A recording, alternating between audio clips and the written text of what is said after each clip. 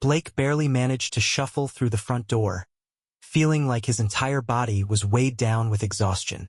Another backbreaking day had drained him completely, his hands rough from work, his head pounding.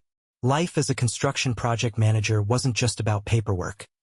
Once the major fires were put out, he often found himself lending a hand with carpentry to keep things moving. Home was supposed to be his sanctuary, the one place where he could breathe easy. But today something felt off. His eyes locked onto a suitcase parked by the door. He froze. Then his gaze drifted toward Susan. She was perched on the edge of the couch, her posture stiff and unnaturally poised. Her face looked too bright, like she'd pasted on a smile that didn't quite belong. "Don't worry," Susan chirped in a voice that was overly sweet, almost performative. "I'm not leaving you." Blake blinked, trying to clear the fog in his mind. His instincts kicked in, the kind that came from years of knowing when to stay quiet and let the situation reveal itself. Something about this moment felt like stepping into the eye of a storm. His keys clattered onto the side table as he tossed them down, his stomach twisting with unease. Susan rose to her feet, nervous energy radiating from her every movement. She smiled wider, too wide, and it didn't reach her eyes. "I wanted to tell you this myself," she began, almost too casually, like she was bracing herself for something big. "This is going to sound, well, bad at first, but I have to tell you." Blake's eyes darted back to the suitcase. His mind began piecing things together, forming a picture he didn't want to see. "What's going on?" he finally asked, his voice raspy from fatigue and dread. Susan took a deep breath, as if preparing for a grand announcement. "I'm going away for a week," she said, her voice laced with an almost over-the-top excitement. "With Roger." The room seemed to contract around him, suffocating and still. Blake stood frozen, unable to move or even think straight. Roger, her boss, that smug, self-important jerk who acted like the world revolved around him. That Roger. "You're leaving with Roger," Blake said evenly. It wasn't a question. It wasn't even an accusation. Just a statement of the cold, hard truth. Susan's expression shifted. A strange mix of guilt and an almost childlike excitement. I know. It sounds awful at first, but I swear it's not like that," she said, stepping closer. Her eyes shimmered as though she were sharing a guilty secret she found exhilarating. "I've been seeing him for a while, but that's not the point." Blake's heart sank as she continued, the words hitting like hammer blows. "The point is, this wasn't planned. I mean, it's Roger. You know how he is. Once he sets his sights on something, he gets it." Her lips quirked into a quiet, almost bashful laugh. "And he wanted me." Blake stared, struggling to make sense of what she was saying. She spoke about Roger like he was some unstoppable force of nature, like she had no choice in the matter. Was there pride in her voice? "It felt wrong hiding it from you," Susan continued, her tone softening into something serious. "I feel so much better now that it's out in the open. No more secrets.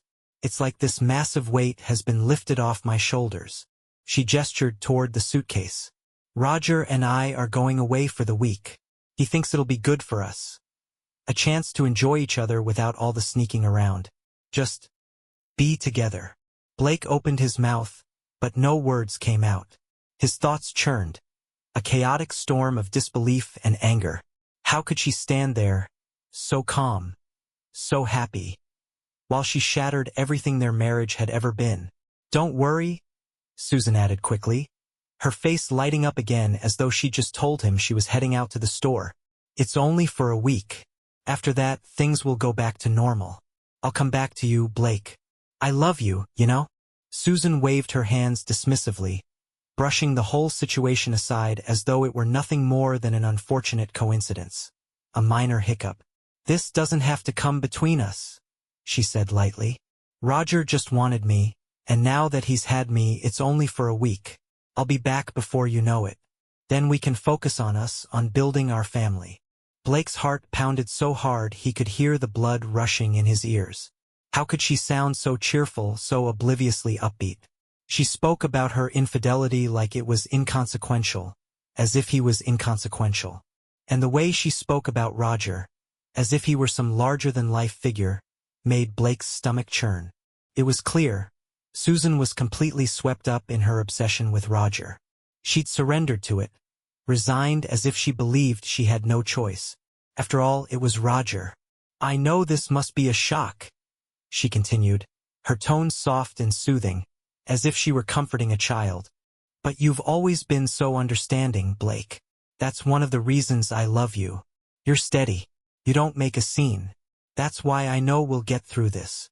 She stepped closer, holding out a folded piece of paper, her smile faint but hopeful. "Roger and I talked things over, just to make sure everything goes smoothly while I'm gone. We wrote some things down. A guide for you." Blake's eyes locked onto the paper in her hand. His mind felt disconnected, struggling to process the absurdity of what she was saying. "It's really nothing major," Susan insisted, pressing the paper into his trembling hands. "Just a few guidelines to keep things peaceful." Blake slowly unfolded the paper, the words staring back at him in stark, bold phrases. "No arguments before or after the trip. We all want to keep things peaceful. Don't tell anyone about this arrangement. No social media posts about any of this. No discussions about divorce or separation. This is just a fling. Don't ask for details about the trip afterward. Wait calmly at home until I return. Then we'll focus on our future as planned." Blake's breath caught in his throat. No arguments. No telling anyone. No discussions of divorce. The audacity of it all made his stomach twist.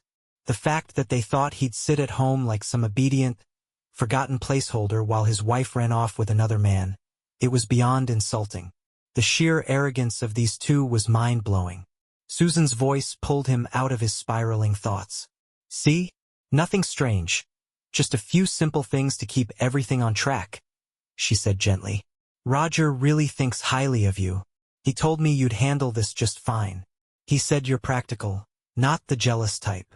Her wide eyes were hopeful, almost pleading, but there was something else beneath that hope, a quiet certainty.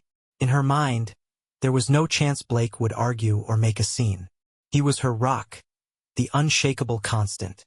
Divorce? Unthinkable. Not in Susan's world. Blake's fingers tightened around the list until it crumpled in his fist.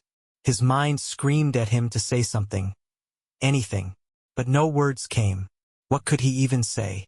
Susan smiled, misreading his silence as understanding. "I knew you'd get it," she said softly, relief spreading across her face like a bomb. "I was so nervous, but you've always been there for me. You always give me what I need." She leaned in and gave him a quick kiss on the cheek, light as a breeze. "I'll be back next Friday afternoon," she added as she grabbed her suitcase, her steps bouncing with an almost childlike cheer. "Then everything will go back to normal, and we can talk about starting our family. Okay?" Blake watched in stunned silence as she opened the door, pausing just long enough to flash him a radiant smile, as if everything in their world was perfectly fine. Then she was gone. For a long moment, he stood motionless, gripping the crumpled paper in his hand. It was ridiculous, a guide, as though they could map out how he was supposed to feel or act. As if his marriage wasn't lying in ruins at their feet.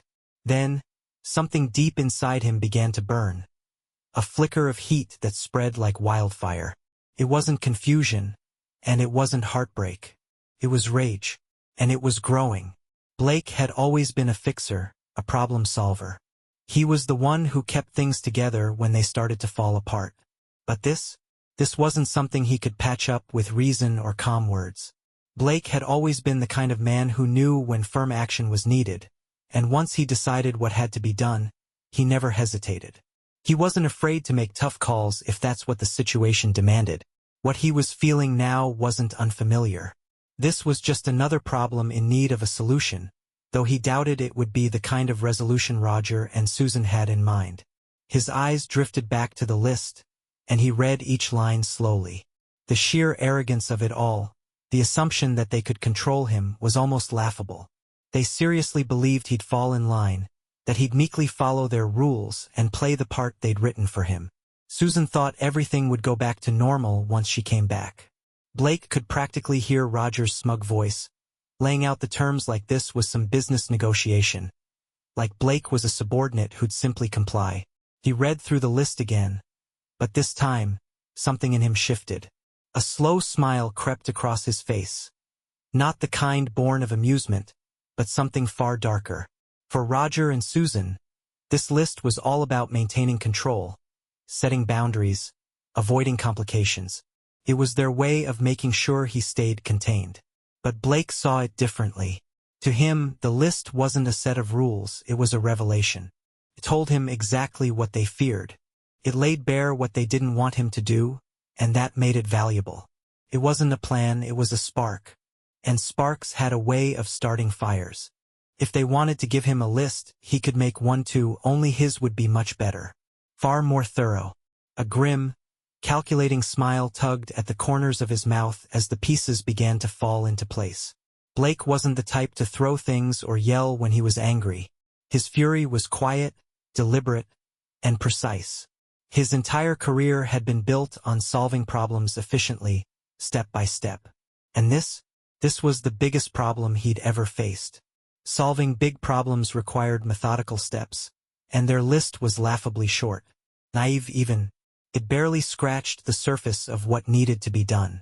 He strode into the kitchen, tossed their pathetic list onto the table, yanked open a drawer, and pulled out a notebook and pen. His mind was firing on all cylinders now, sharper than ever. He'd always been 10 steps ahead, and this situation was no different. His new to-do list wouldn't be short, and it definitely wouldn't be pleasant. Freeze all joint accounts. Blake had always managed the finances. He wasn't out to be cruel, but he wasn't about to make things easy for her either. Every joint account, automatic payment, and shared deposit would be shut down. Susan's money would stay untouched, but his? Completely off limits to her. Changed the locks. When she came back, her key wouldn't work. This house, their so-called home, was no longer hers. She'd made her choice. If she needed a place to stay, she could knock on Roger's door. There'd be nothing left for her here. Sell the house. The walls of this place were soaked with memories, but none of them were worth holding on to anymore. He'd put the house on the market while she was gone and never look back. By the time Susan returned, it wouldn't be his home or his problem anymore. Pack up her belongings. Every last one of Susan's things, her clothes, keepsakes, photos, would be packed carefully and put into storage. She could pick them up whenever she wanted. Even the shared furniture they'd bought together, she could have it all. Blake wasn't taking any reminders of their life with him when he left. Gather evidence. Susan may have taken her phone with her, but Blake had always handled her tech needs.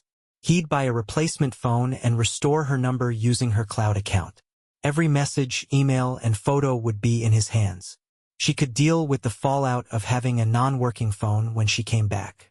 Hire an attorney. Divorce wasn't a topic for discussion, it was a fact. He'd find the best lawyer in town and get the paperwork started. No separation agreements. No compromises. Talk to Roger's wife.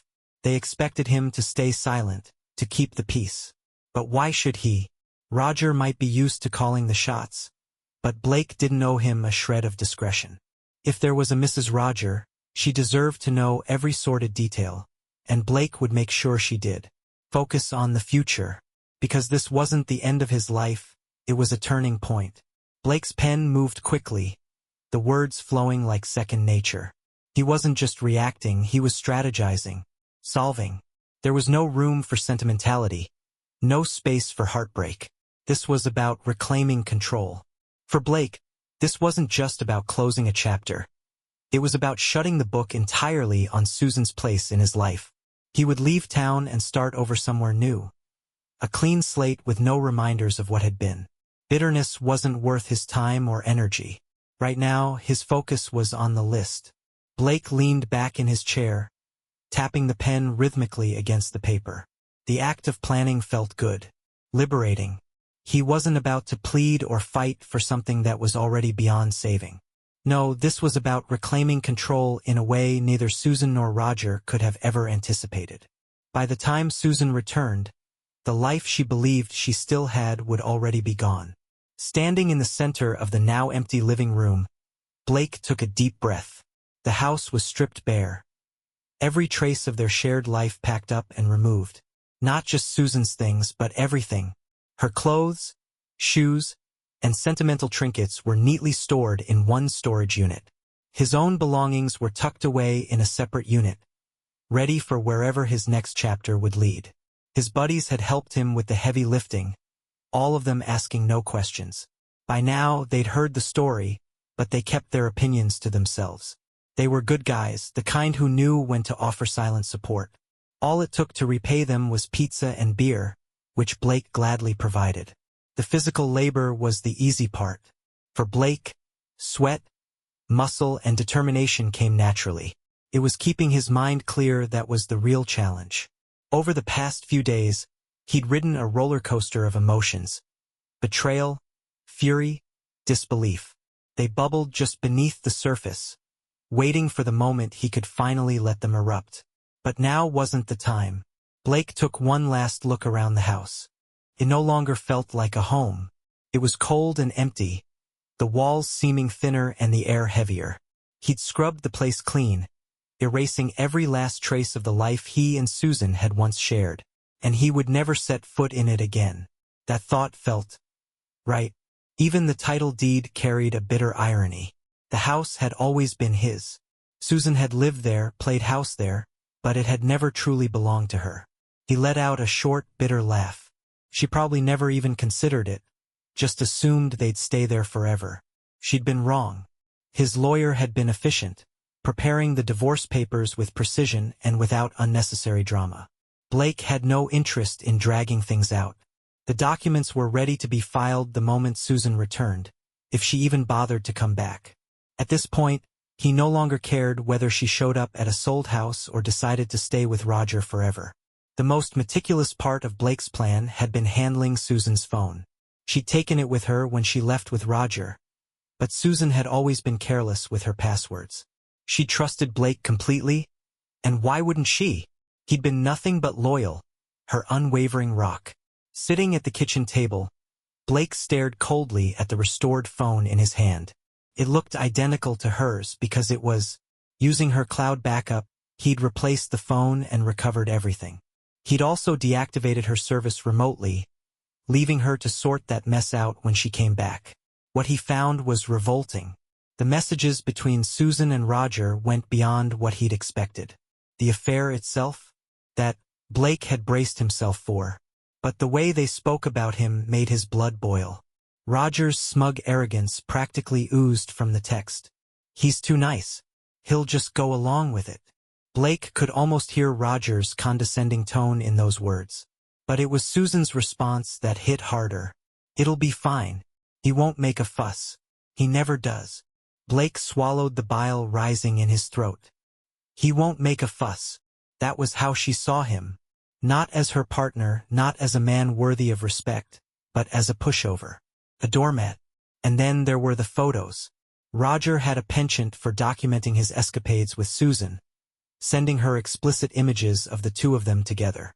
Blake's stomach turned as he scrolled through the gallery. What kind of man did that?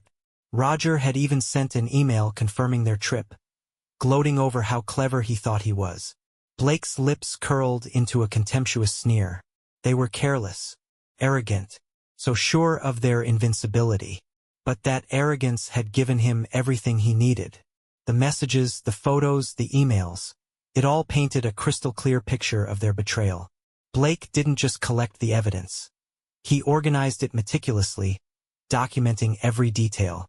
It wasn't just for his divorce lawyer either. Roger's wife deserved to know the truth, too. And she wasn't the only one. Blake didn't stop with Roger's wife. He made sure the board of directors at Roger's company received the full picture, emails, texts, and photos, every damning detail. The version he posted on social media was carefully edited to avoid violating any guidelines. But it was incriminating enough to ensure the truth spread like wildfire.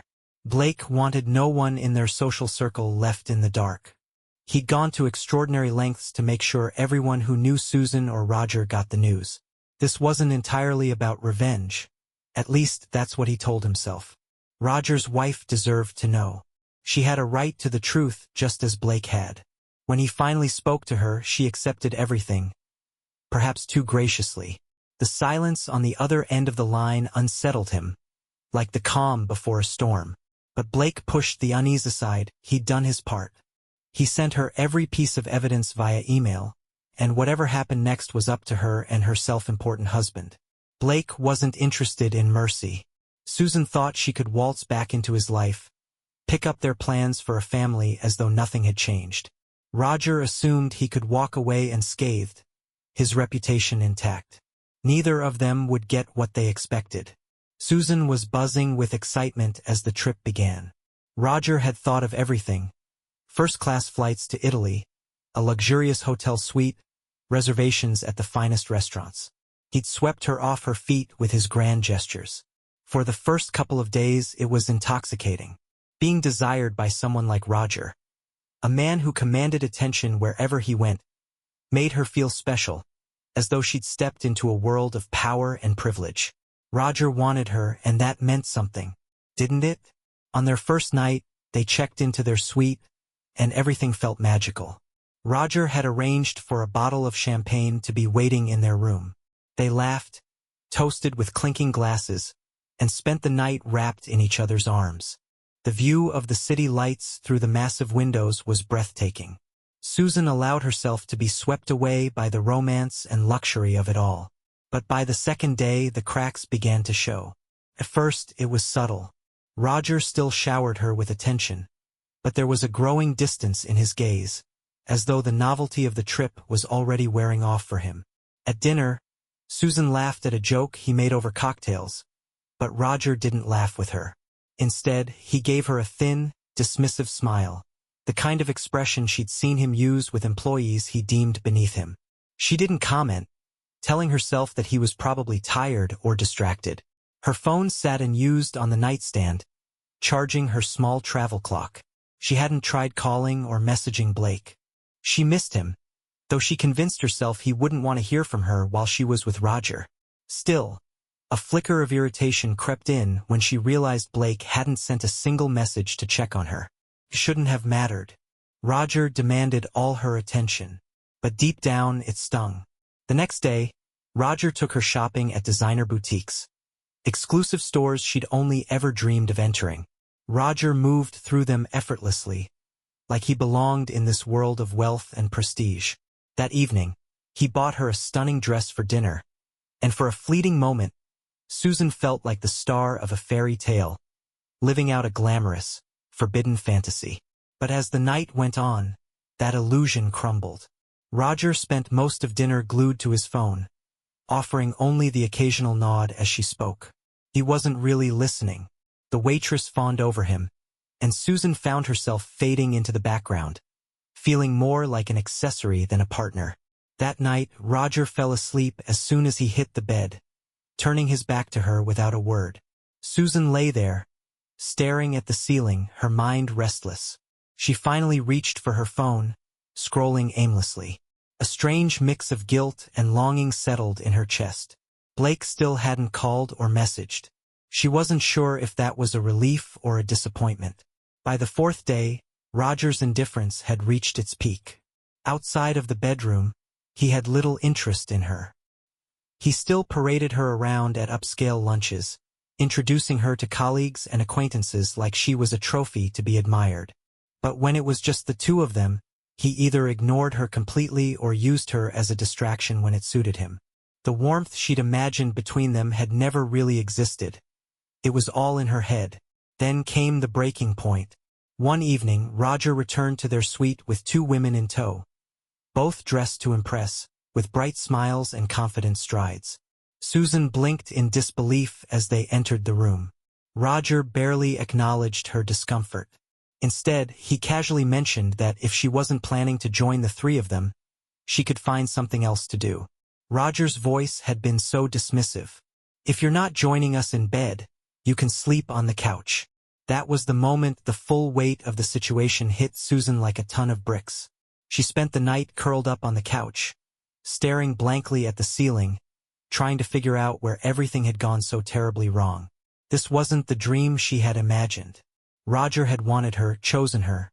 But now, she felt like nothing more than an accessory, part of the decor, easily replaceable. The next morning, she worked up the courage to talk to him.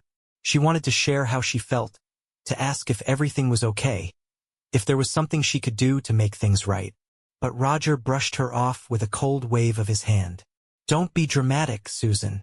This trip was supposed to be fun." She forced a weak smile and nodded, but something inside her shattered. This wasn't fun. It wasn't exciting anymore. It was hollow. She missed Blake. She missed the security of her real life. Blake had always looked at her like she was the center of his world. With Roger, she felt like a supporting character in someone else's story. By the 6th day, it became painfully clear. Roger didn't like her. He liked how she looked on his arm, the thrill of the chase, the power he held over her. She wasn't a person to him, just another trophy to show off. That night, it all became undeniable. Roger barely acknowledged her outside of the bedroom. He paraded her around in public but ignored her in private. When 2 other women entered their suite without warning, she froze. Roger didn't care. He barely glanced at her discomfort. "If you're not going to join us," he said casually, "find something else to do." Susan's chest tightened, and for the first time, she fully realized just how foolish she'd been to think this trip would be magical or meaningful. She wasn't special to Roger. She was just a toy. On their final evening, Susan grabbed her phone, desperate to call Blake and hear his voice. She needed something familiar, something real. But as she unlocked the screen, she noticed something strange. The battery was fully charged, yet there were no notifications, no messages from Blake, no missed calls. Nothing. She frowned and tried calling him from the hotel phone. The call wouldn't connect. She tried again, her heart sinking with each failed attempt. Why hadn't he reached out? Not once. The flight home was somber, but for the first time in days, she felt a twinge of relief. She wanted to leave the luxury behind, the first-class flights, the fancy dinners, the glamorous hotel suite. It had all turned to ash in her mouth. She craved something real again.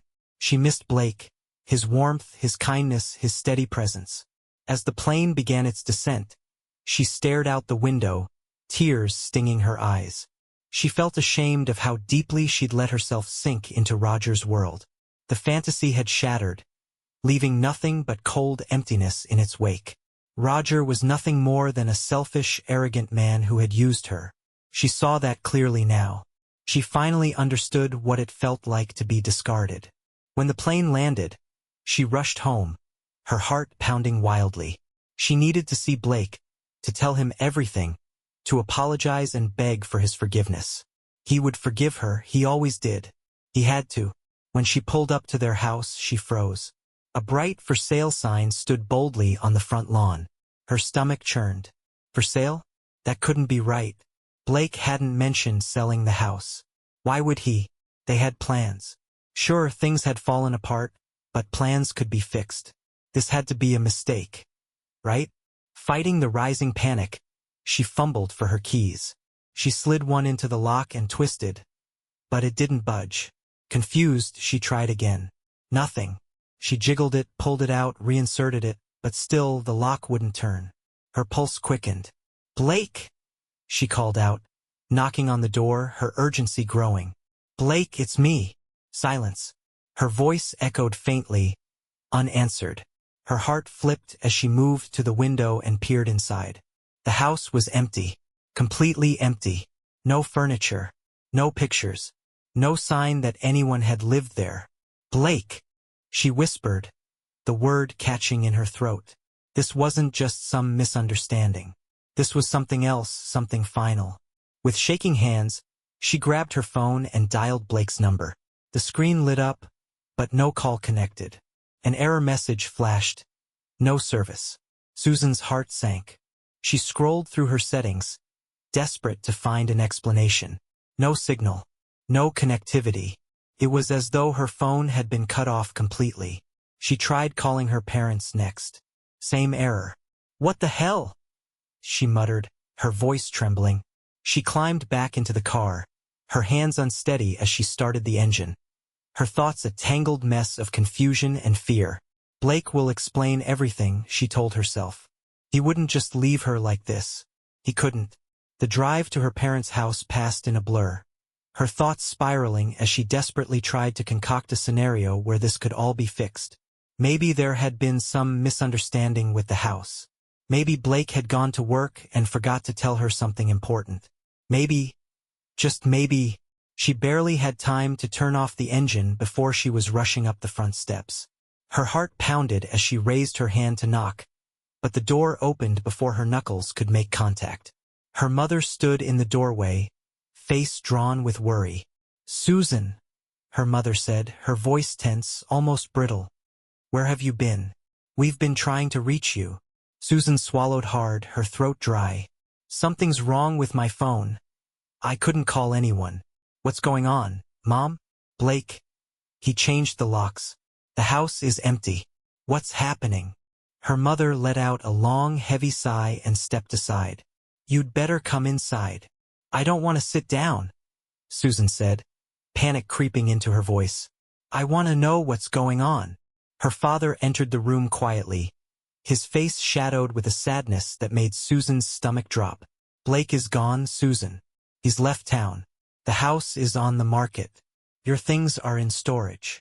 The words hit her like a hammer to the chest, knocking the breath out of her lungs. She swayed slightly, gripping the back of a chair to steady herself. "What do you mean he's gone?" she asked, her voice trembling. Her pulse pounded in her ears. "He wouldn't just leave me like that. He wouldn't leave. He loves me." Her parents exchanged a glance, a silent, knowing look that only deepened the dread rising in her chest. Her mother sat down beside her and gently placed a hand on her shoulder. "Susan, he's not coming back." "No." She shook her head, refusing to believe it. Her mother's voice softened, but the words were unforgiving. "Blake called us a few days ago. He said you left with someone else, and that it's over. He put your things in storage, listed the house for sale, and he filed for divorce." Susan blinked, the room around her blurring as her mind tried and failed to process the words. "Divorce? No, Blake wouldn't do that. He couldn't. He loved her. They were supposed to fix this. She'd made a mistake. She knew that, but they were supposed to work through it." He said, "It's over?" she asked, her voice barely above a whisper, as if saying it too loud would make it even more real. Her father nodded solemnly. "He said you knew exactly what you were doing when you left with that man, that it was your choice, and now, this is his." The weight of those words crushed her. She had assumed, no, she had expected Blake to wait for her, to stay calm and steady no matter what. He had always been patient, always ready to take her back, no matter what she did. But now, he was gone, and it was her fault. Susan buried her face in her hands as hot tears streamed down her cheeks. "I didn't want this to happen," she sobbed. "I didn't want this. He wasn't supposed to leave." Her mother's voice was quiet but unflinching. "You thought Blake would just forgive you, didn't you?" There was no anger in her tone, only sadness. "But, Susan, you hurt him. How could you do that to him?" Susan's sobs deepened as the full weight of her actions settled over her like a crushing weight. Blake had been her rock, her foundation, the one constant in her life, and she had taken him for granted, convinced that his love would endure anything. She had played with fire, arrogantly believing she wouldn't get burned. But now she stood in the ashes of the life she'd destroyed. Her father's voice broke through her spiraling thoughts. "Have you tried calling him?" Susan nodded weakly, her face still buried in her hands. "I can't get through. I think he changed his number. I can't reach him." Her mother nodded as if she'd expected that. "He's done, Susan. He didn't want to stay in touch with us either." No. Susan shot to her feet and began pacing the room, wringing her hands as panic surged through her. "This can't be happening. I need to talk to him. He'll understand. He has to understand." But even as she said the words, reality began to sink in. Blake was gone, truly gone, and there was nothing she could say or do to undo it. Her legs gave out beneath her, and she sank back into the chair, trembling. I never thought it would end like this, she whispered, more to herself than to her parents. I never thought. But deep down, she knew. She had made her choice the moment she let Roger take her away. She had convinced herself that it was forgivable, that Blake would always be there, waiting for her to come to her senses. She had gambled everything, and now, she realized with brutal clarity that she had lost. Her phone lay dead and useless on the coffee table, a perfect reflection of her life as it was now. The house was gone. Blake was gone. And the future she had once dreamed of with him? Gone too.